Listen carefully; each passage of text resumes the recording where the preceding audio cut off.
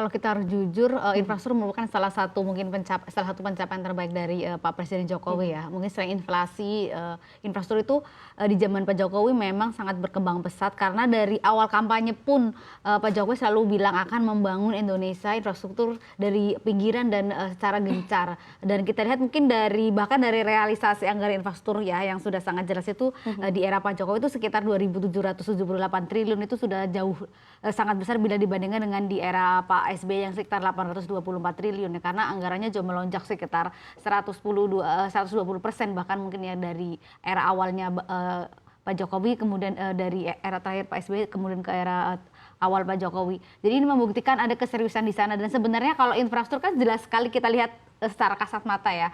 Mungkin di Jakarta aja kita lihat ada pembangunan LRT, kemudian MRT, kemudian ada begitu banyak pembangunan jalan tol, ada begitu banyak pelabuhan, ada juga bandara, kemudian juga bendungan-bendungan.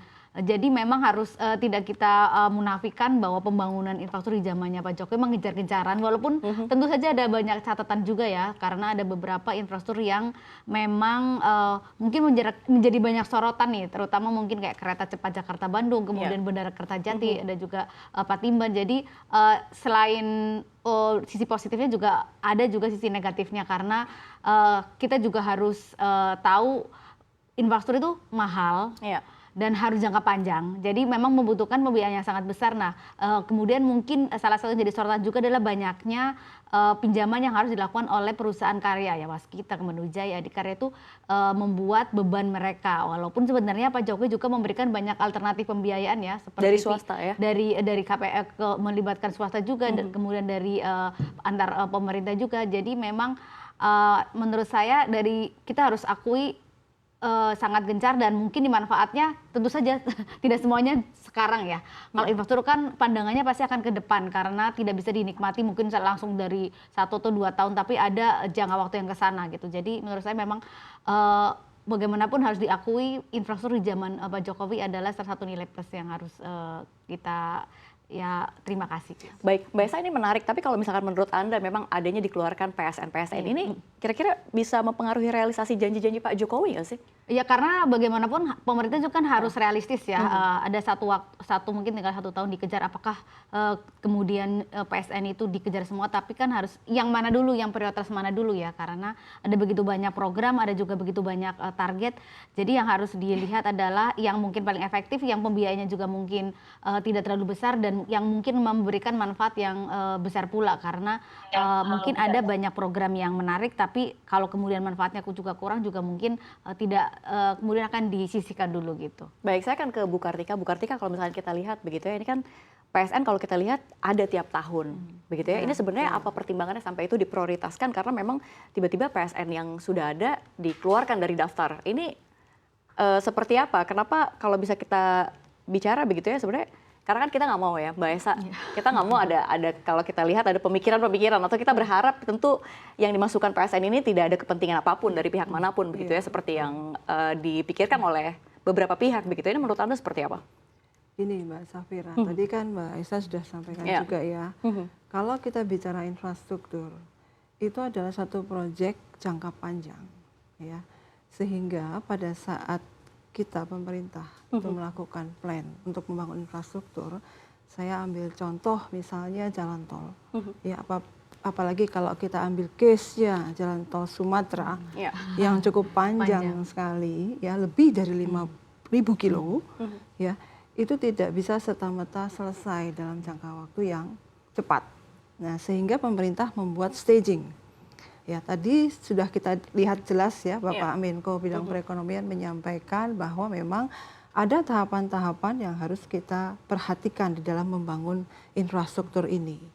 Nah sebetulnya ini bukan dicoret gitu ya, tetapi kita harus aware bahwa memang tidak bisa dipungkiri 2024 itu harus ada kinerja ya dari pemerintah yang saat ini yang harus dipertanggungjawabkan. Nah, sehingga ada tahapan-tahapan kalau kita kembali ke contoh jalan tol Sumatera yang memang diprediksi baru bisa dilaksanakan setelah 2024. Nah, oleh karena itulah maka ya untuk sementara saja sebetulnya. Ini diharapkan nanti akan ada sustainability-nya, keberlanjutannya, karena memang sudah di-plan oleh pemerintah. Namun untuk sampai 2024 ya, kita coba selesaikan dulu semua proyek strategis nasional yang sudah dalam posisi konstruksi gitu. Jadi kira-kira tahapannya demikian, Mbak Safira, Mbak Esra, dan ini juga berlaku untuk proyek strategis nasional yang lain. Ada kawasan industri gitu ya, kemudian tadi pembangunan port, kemudian bandara juga. Jadi kalau memang belum bisa dilaksanakan sampai 2024, ya pemerintah harus sementara mengeluarkan terlebih dahulu dalam daftar PSN. Tetapi ini bukan berarti tidak akan dilakukan gitu ya, karena pemerintah akan menyusun perencanaan jangka menengah, jangka panjang berikutnya, dan ini akan tetap diakomodir dalam perencanaan tersebut. Baik, gitu, jadi baik. Jadi bahasanya bukan dicoret begitu ya Mbak Esa, ada memang kinerja yang harus dipertanggungjawabkan. Saya akan ke Pak Sumedi. Pak Sumedi, ini pasca dicoretnya sejumlah proyek infrastruktur dari PSN, apakah kondisi ini jadi mengganggu rencana pembangunan Indonesia dalam RPJMN? RPJM itu memuat strategi dan arah kebijakan, termasuk juga untuk percepatan pembangunan wilayah. Bappenas menyiapkan RPJPN ya, Rencana Pembangunan Jangka Panjang Nasional Indonesia Emas 2045 ya, termasuk nanti untuk penyiapan RPJMN 2025-2029. Apakah penundaan itu mengganggu pencapaian target dalam untuk beberapa PSN, terutama untuk pembangunan jalan, mungkin sedikit menurunkan target, tapi tidak mengganggu secara keseluruhan. Kemudian juga dari segi PSN itu sebetulnya dinamik sesuai dengan kebutuhan, dan Bappenas itu menjaga kesinambungan pembangunan. Jadi meskipun nanti PSN itu bukan dicoret tapi ditunda, maka nanti mungkin bisa di carry over untuk RPJMN 2025-2029. Sehingga siapapun presidennya, kalau concern dengan pembangunan infrastruktur, pasti akan melanjutkan proyek strategis nasional. Itu yang pertama. Yang kedua, Bappenas juga concern dengan soal readiness kriteria. Jadi kesiapan pelaksanaan itu menjadi penting, karena bagaimanapun bukan hanya mengejar terbangun dari PSN itu, tapi juga manfaat dari PSN, sehingga nanti sesuai dengan arahan Presiden, kita harus selesaikan pada semester 1 2024.